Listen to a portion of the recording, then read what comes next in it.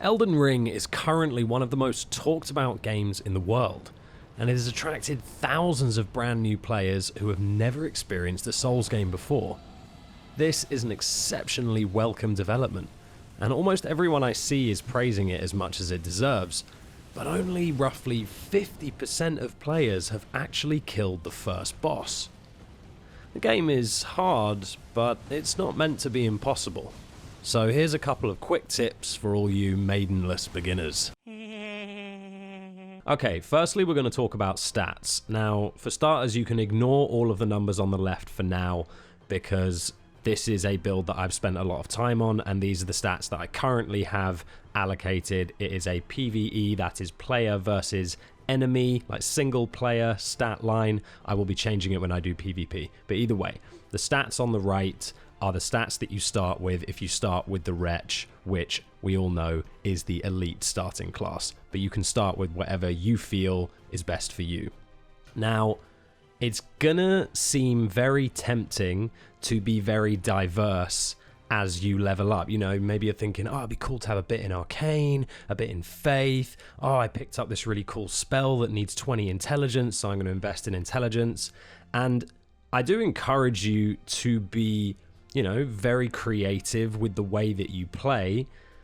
But honestly, if we're thinking ultra pragmatically, not at first. I would suggest at first being very tactical and keeping it very simple, and putting every single point that you have for at least the first 60 to 70 levels into Vigor and Endurance.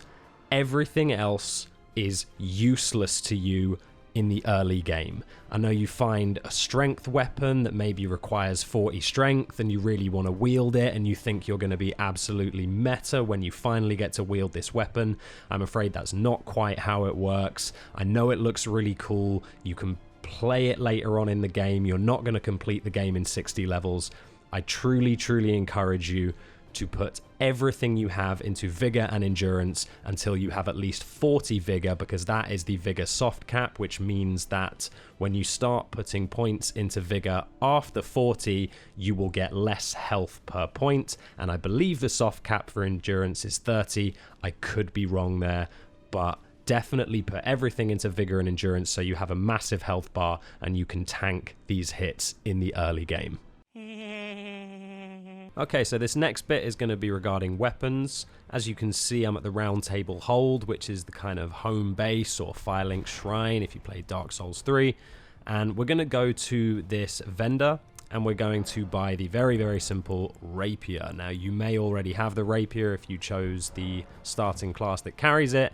Otherwise, you can just go and buy it here. It's cheap and it's simple. Then, whatever upgrade items you have, go to the smith here and spend them upgrading your Rapier. Now, I'm going to pause the video right here to just explain what is going on this screen. There's a lot of numbers. It's pretty crazy, but it's very simple. All you really need to focus on at this point is the number highlighted in blue. The larger number is just your base damage for the weapon. That is the damage you're going to do no matter what. It doesn't matter about scaling or anything like that. The smaller number is dependent on the letters below. Now, as you can see, this one has a C next to dexterity, and I believe it goes from E all the way up to S, S being the best. Now, that smaller number is related to the two letters that you see in strength and dexterity. So the more points you put into dexterity, the more it is going to increase the smaller blue number. Now, this is why in the early game it's not that big of a deal to put points into things like strength and dexterity, because your scaling is going to be really low. As you can see here, the best you've got is a C, and you're only increasing it by a very small number anyway. So putting everything into Vigor and Endurance is much better, because your base damage is going to carry you for a long way until you start to see better scaling in your later game, and you can dump points into other attributes to really boost that damage. But for now, just focus on keeping things simple. Now, once you have done that, you are going to go to this place that I am about to go to now, which is the Castle Morn Ramparts. And when you are there, you're going to immediately look to the east, and you are going to see one of these swirly, smoky plume things. And when you jump on these with your horse, you are going to get yeeted way, way up into the air. And in this case, we are going to land on top of this tower. And on top of this tower, you will find the shield that is currently on my back, and that is the Great Turtle Shield. This is a very cool shield, really easy to get early game, very strong. And a tactic I want you to use with this shield is simple. Activate the weapon art, block, immediate R2, and riposte. This is the cheesiest way that you can breeze through all of the mobs in the early game. What you're doing is called a guard break riposte, I believe. It's a new function in this game. It hasn't been in any other game. You just block, you wait for them to attack, and then when they attack and bounce off your shield, you immediately press R2, and it will break their guard if they have a weak guard, and then you can move in for a riposte. If not, you'll just do some damage. Please bear in mind with this tactic that a lot of the larger enemies and bosses are just going to kind of swipe through you a little bit, and that riposte thing is not really going to be as effective as you'd like, but it is very, very cheesable on the small enemies. And even with the big enemies, you still want to be using that weapon art for this shield. You still want to be blocking a healthy amount, because this shield does not allow any damage to be done to you. And with the weapon art, it doesn't take up too much stamina either, so including it with your rolls is a very, very solid tactic to stay alive. Now, another feature that is integral to the design of this game is the punishment of panic rolling. And what that means is when you get hit, or if you see an enemy, charge up and lift up his sword, it is very tempting to just start smashing B or circle, depending on what console you're on, and just roll and get out the way and avoid the hit. Now, the annoying thing here is that a lot of the RNG is designed to hit you if you do that. So when they lift up the sword, your immediate reaction is going to be, oh my god, press circle, and then you're going to get hit because of it. As you can see here with the combo that he's about to do, I roll, I'm spamming roll, I'm trying to get away, I get slapped, I get up, I spam roll again, I get slapped again. This is the way that the game is designed. It's punishing you for spamming the roll button and thinking you can get away with it. But if you are more calm and collected and you wait for the swing to come down, you should be able to avoid it. And again, and then wait for the third. Easy.